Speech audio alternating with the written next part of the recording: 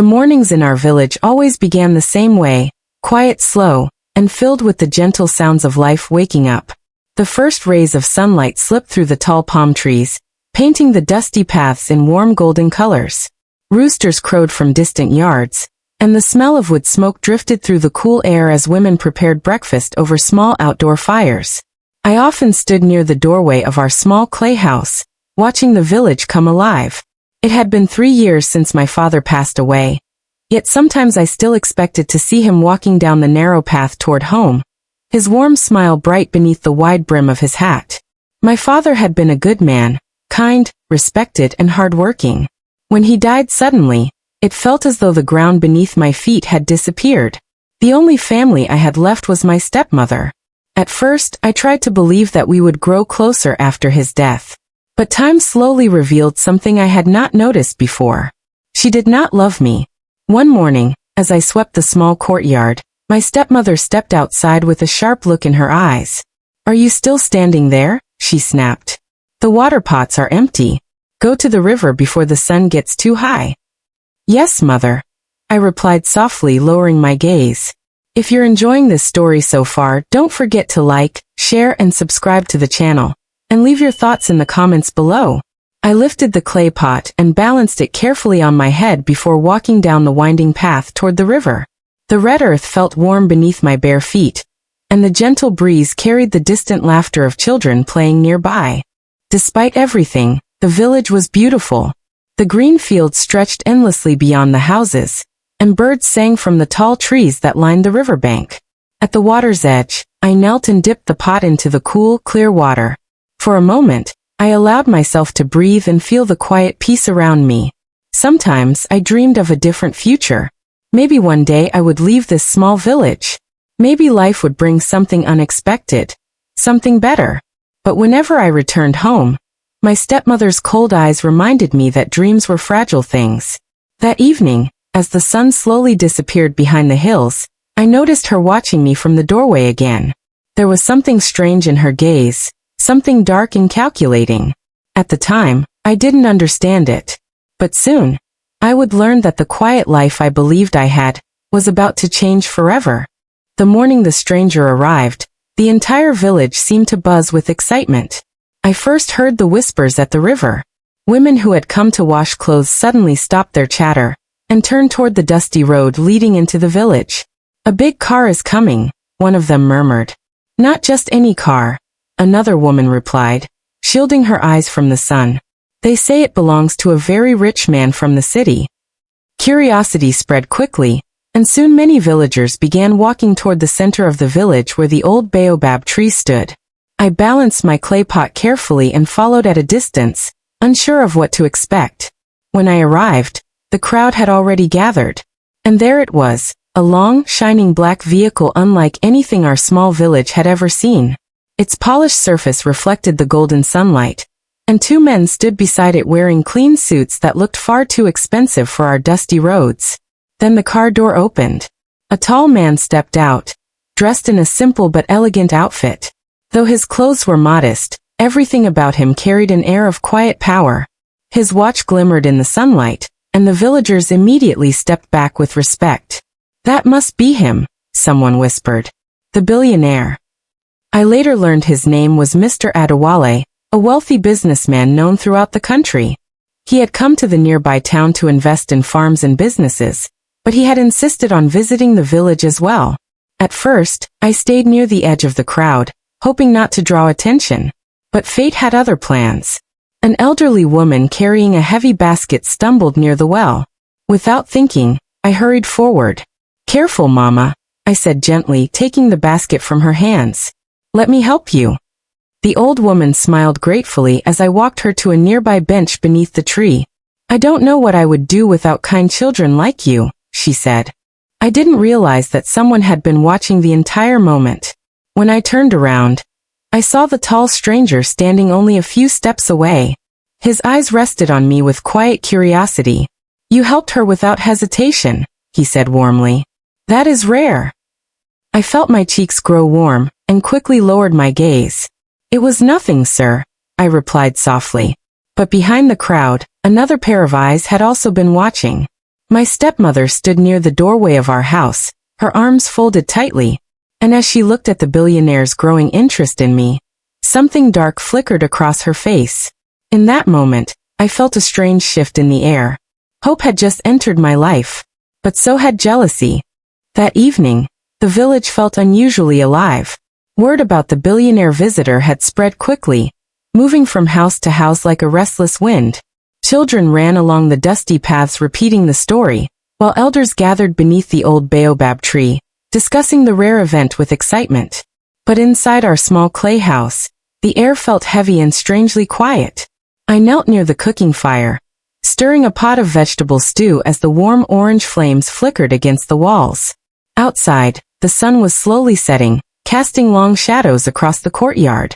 My stepmother sat near the doorway, watching me in silence. At first, I thought nothing of it.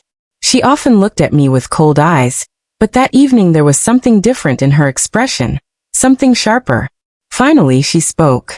"So," she said slowly, her voice cutting through the quiet, "you seem to have caught the attention of an important man today." I froze for a moment, surprised she had noticed. "I didn't mean to, Mother," I replied softly. "I was only helping Mama Chica when she stumbled." My stepmother gave a short, bitter laugh. "Helping," she repeated. "Yes, that must be it." She stood up and walked slowly around the room, her footsteps deliberate against the packed earth floor. "Do you even understand who that man is?" she asked. I shook my head slightly. "I heard the villagers say he is very wealthy." "Very wealthy," she scoffed. "Child, that man owns companies, farms, and buildings in the biggest cities. Men like him do not visit villages like ours unless they are searching for something." Her eyes narrowed as she stared directly at me. "And it seems he may have found it." I lowered my gaze, uncomfortable under her intense stare. "I don't know what you mean." But she knew. Later that night, as darkness covered the village and the sounds of crickets filled the air, I overheard whispers outside the house. My stepmother was speaking to one of the neighbor women. "That rich man kept looking at her," the woman said quietly. My stepmother's voice dropped to a cold whisper. "Then he must be blind," she muttered. "Because if anyone is leaving this village with that man, it will not be her."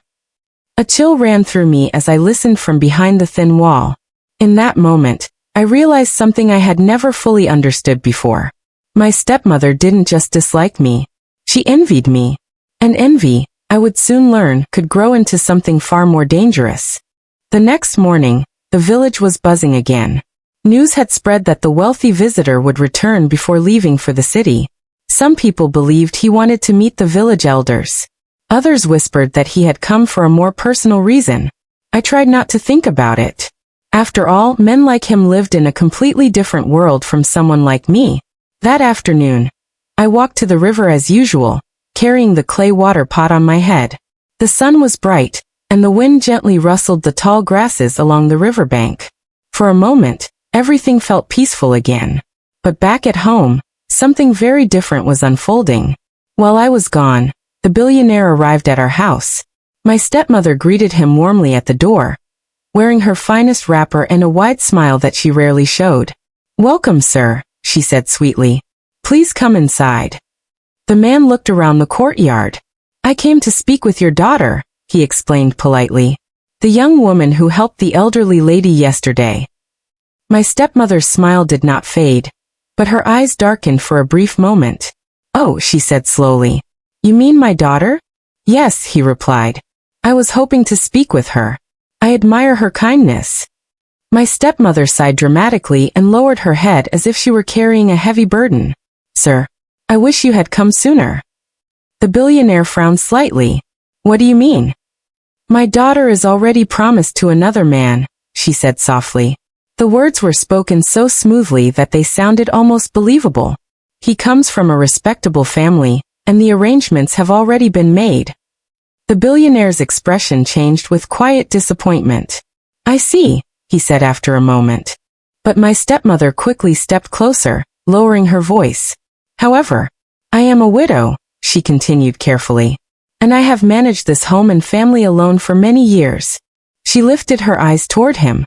"A woman also deserves a second chance at happiness." The billionaire studied her face, clearly surprised by her boldness. Meanwhile, I was returning from the river, unaware that my future was being rewritten.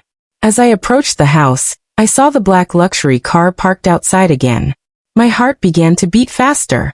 But when I stepped into the courtyard, I stopped suddenly.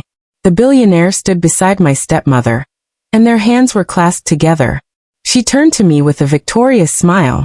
"Oh good," she said casually. "You're back." My voice trembled. "What is happening?" My stepmother's eyes gleamed with cruel satisfaction. "Simple," she said. "Our guest has decided to marry." My heart lifted for a brief second, but her next words shattered everything. "And he has chosen me." In that moment, the ground beneath my feet seemed to disappear. But my stepmother wasn't finished with her plans yet. Not even close. The night after the cruel betrayal, our house was shrouded in an uneasy silence. The air felt thick, heavy with tension, as if even the walls themselves were holding their breath.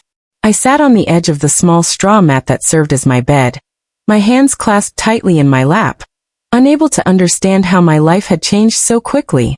My stepmother entered the room, her footsteps deliberate, echoing against the packed earth floor. Her eyes glimmered with the same cold calculation I had begun to recognize. Jealousy had become something darker now. "We cannot allow you to dwell on what you have lost," she said sharply, her voice slicing through the quiet. "You must move forward, in a way that suits your new place in this household." I looked up at her, confused and trembling. "Mother, what do you mean?" A cruel smile spread across her face. "You will marry." My heart skipped a beat, hope fluttering dangerously in the wrong direction. "Marry? But—" "Yes, marry," she interrupted, her tone final. "Not the man you think you deserve, but someone suitable for your station now." Before I could protest further, she snapped her fingers, and a figure appeared in the doorway. He was a poor man, thin and ragged, his clothes torn and patched in several places. His feet were bare, and his eyes lowered to the ground, avoiding any direct gaze. "This is your husband," my stepmother announced, gesturing toward him. "You will go with him and learn to accept your new life." I staggered backward, disbelief and shame coiling together in my chest like a heavy rope. "No, this cannot be happening," I whispered, my voice shaking.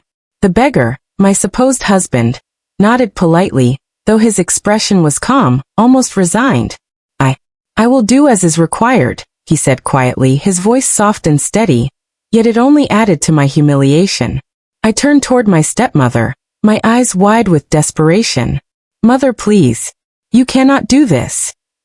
Her laughter was cold, sharp and final. "Do not call me that. You will learn soon enough that I am in control.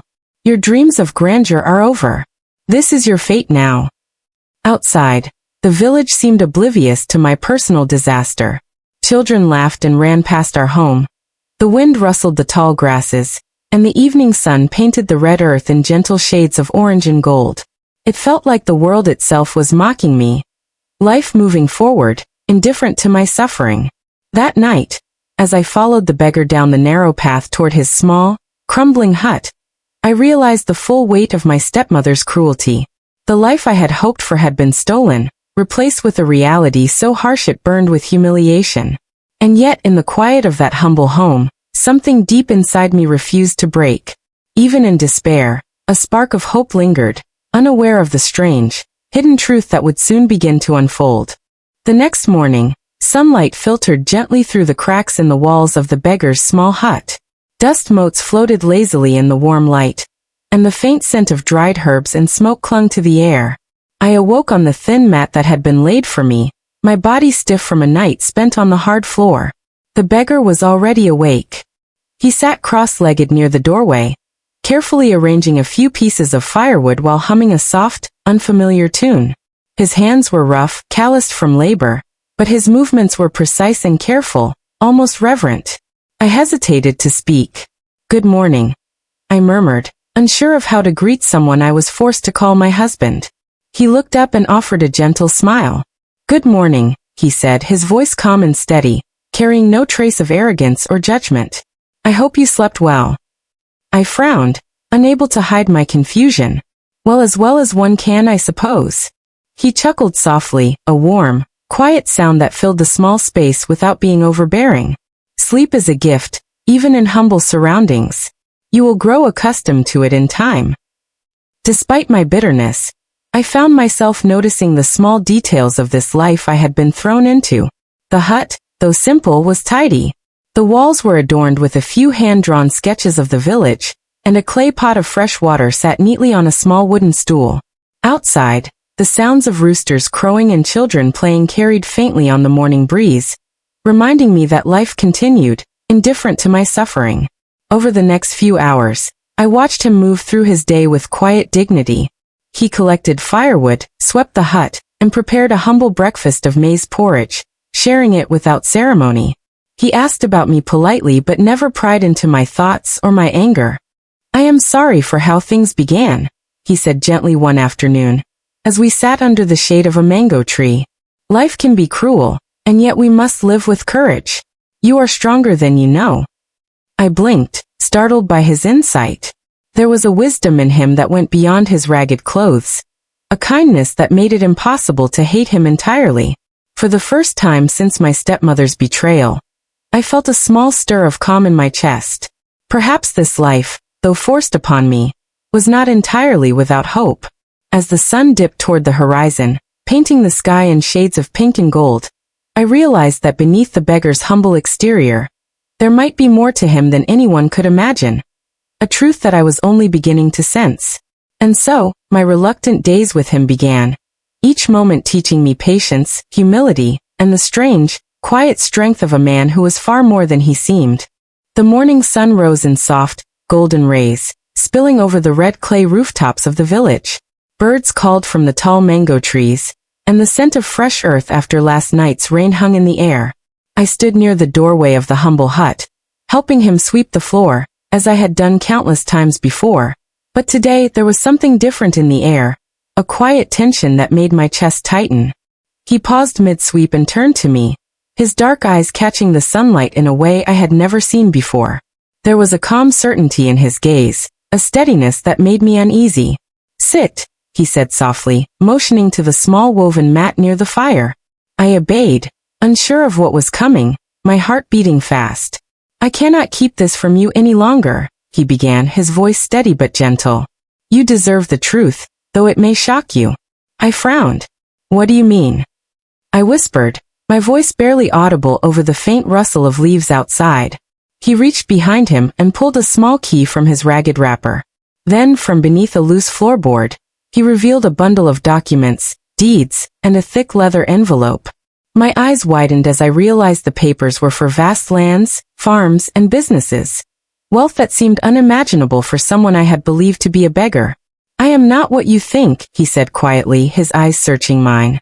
"I chose this life, to walk among people without titles, without wealth, to see their hearts, to understand who they truly are." I staggered back slightly, disbelief washing over me. You're rich?" I asked, my voice trembling. He smiled a soft, knowing smile. "Yes. But riches are meaningless if a person's heart is selfish, cruel, or deceitful. I needed to see if kindness could survive in the face of hardship.